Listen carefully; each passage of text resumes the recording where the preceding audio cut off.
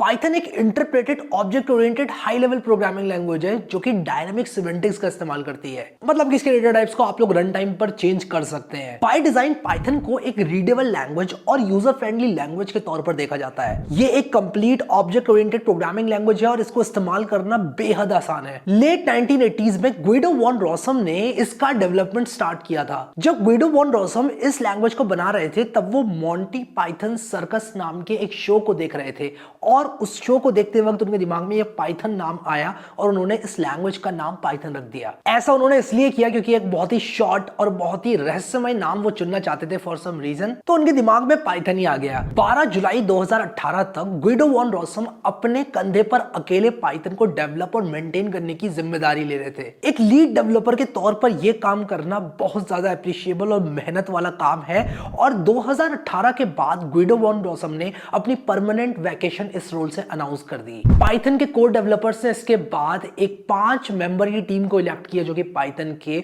Further development को lead करेंगे। Guido von रॉसम ने खुद बताया कि what started the development of Python और उन्होंने ये टेक्स्ट लिखा जो कि आप लोग रीड आउट कर सकते हो वीडियो पॉज करके। पाइथन की इतनी लंबी जर्नी के बाद पाइथन आज की तारीख में one of the most preferred programming language के तौर पर देखी जाती है। 1990s में पाइथन का डेवलपमेंट बहुत ही जोरों शोरों से चला और 2000 सन में पाइथन 2 को रिलीज किया गया। इसके बाद 2008 में पाइथन 3 को रिलीज किया गया।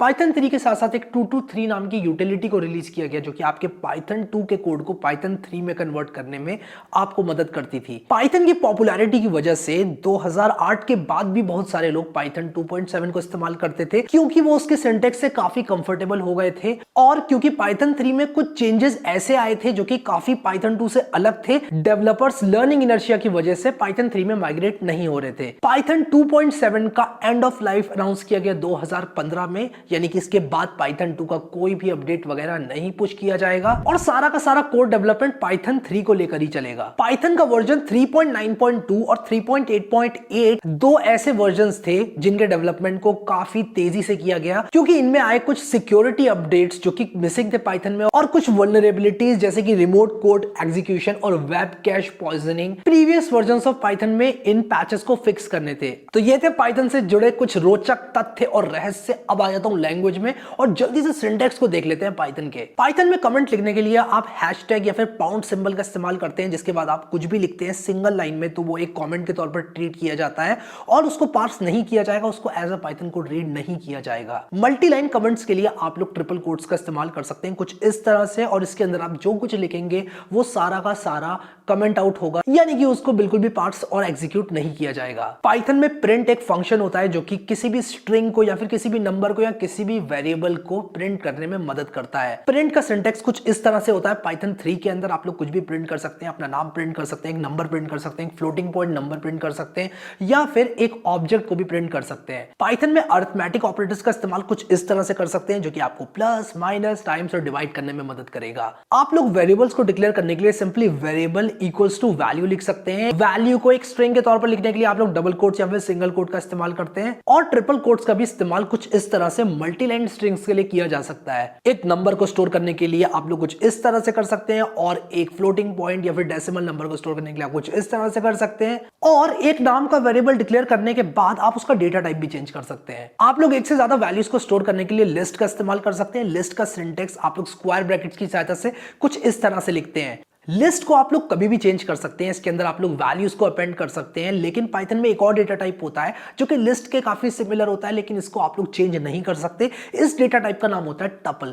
टपल को आप लोग कुछ इस तरह से लिख सकते हैं, ये पैरेंथेसिस के अंदर कॉमा सेपरेटेड नंबर्स के तौर पर लिखा जा सकता है। एक नंबर के टपल को लिखने के लिए आप लोग को एक एक्स्ट्रा कॉमा इस तरह से लगाना पड़ता है। अगर मैं लिखूंगा a इज इक्वल टू और ब्रैकेट के अंदर मैं 1 कॉमा और ब्रैकेट को बंद कर दूंगा कुछ इस तरह से, तो ये एक नंबर का टपल मुझे बनाकर दे देगा। की वैल्यू पेयर्स को स्टोर करने के लिए आप लोग डिक्शनरी का इस्तेमाल करते हैं। पाइथन को रीडेबल कहा जाता है और पाइथन को एक ऐसी लैंग्वेज कहा जाता है जो कि डेवलपर्स के यूज के लिए काफी फ्रेंडली है, बिगिनर्स के लिए फ्रेंडली है और ये डिक्शनरी का नाम बिल्कुल उसी तरह से चुना गया है जैसे कि आप असली डिक्शनरी में, एक असली ऑक्सफोर्ड डिक्शनरी के अंदर की वैल्यू पेयर्स देखते हैं। कीज होती हैं वो वर्ड्स जिनके मीनिंग आप लोग देखना चाहते हैं और मीनिंग होती है वैल्यू, यानी कि वो चीज जो कि आप देखना चाहते हैं। पाइथन के अंदर भी आप लोग डिक्शनरी को कुछ इस तरह से बना सकते सकते हैं। इसका सिंटेक्स कर्ली ब्रैकेट को यूज करके आप लोग जिस तरह से लिख सकते हैं, और आप लोग की वैल्यू पेयर्स कुछ इस तरह से लिख सकते हैं। फिर इन की वैल्यू पेयर्स को एक्सेस करने के लिए आप लोग कुछ इस तरह से लिख सकते हैं। पाइथन के अंदर एक और कलेक्शन होती है सेट। सेट का बेसिक आइडिया ये होता है कि आप लोग सेट के अंदर डुप्लीकेट वैल्यूज को नहीं डाल सकते। इस तरह से आप लोग एक सेट को इनिशियलाइज कर सकते हैं, और अगर आप लोग सेट के अंदर 1 डालेंगे, उसके बाद 2 डालेंगे,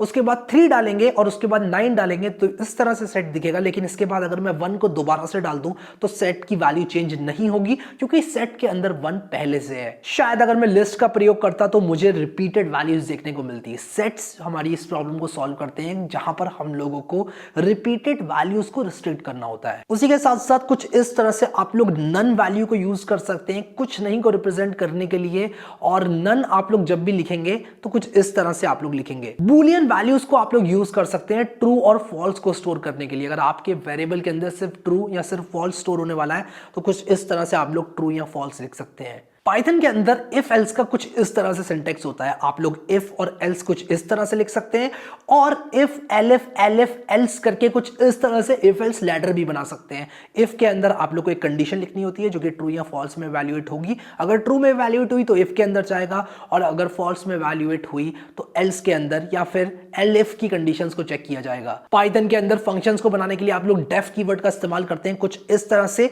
फंक्शन के अंदर आप लोग वैल्यूज को रिटर्न भी कर सकते हैं, और अगर आप लोग कुछ भी रिटर्न नहीं करेंगे फंक्शन के अंदर तो नन वैल्यू रिटर्न होगी। ये वही नन है जिसके बारे में मैंने आपको अभी थोड़ी देर पहले बताया था। पाइथन की सबसे बड़ी ब्यूटी है मॉड्यूल्स। बहुत सारे लोगों ने बहुत सारा कोड लिख कर रखा हुआ है पाइथन के अंदर, जो कि आप लोग यूज कर सकते हैं इंपोर्ट करके, और इस कोड को इंपोर्ट करेंगे आप लोग मॉड्यूल के तौर पर। इंपोर्ट करने के लिए कुछ इस तरह का सिंटेक्स होता है पाइथन के अंदर। अब ये मॉड्यूल्स 2 तरह के होते हैं, बिल्ट इन और external modules. Built in modules Python के अंदर पहले से होते हैं, आपको उनको इंस्टॉल करने की जरूरत नहीं पड़ती है। लेकिन जो एक्सटर्नल मॉड्यूल्स होते हैं उनको आप लोग पिप की सहायता से या फिर किसी और टूल की सहायता से इंस्टॉल करने की जरूरत आपको पड़ती है, ताकि आप लोग दूसरे के द्वारा उस कोड को अपने कंप्यूटर के अंदर लेकर आ पाएं और अपनी पाइथन स्क्रिप्ट के अंदर यूज कर पाएं। ये कोड यूजुअली क्लासेस और फंक्शंस के तौर पे होता है। जब आप पाइथन में एडवांस हो जाएंगे तो शायद आप लोग अपना मॉड्यूल भी खुद से बनाएंगे और शायद उसको पब्लिश भी करेंगे, ताकि दूसरे लोग आपके द्वारा लिखे गए कोड को यूज कर सकें।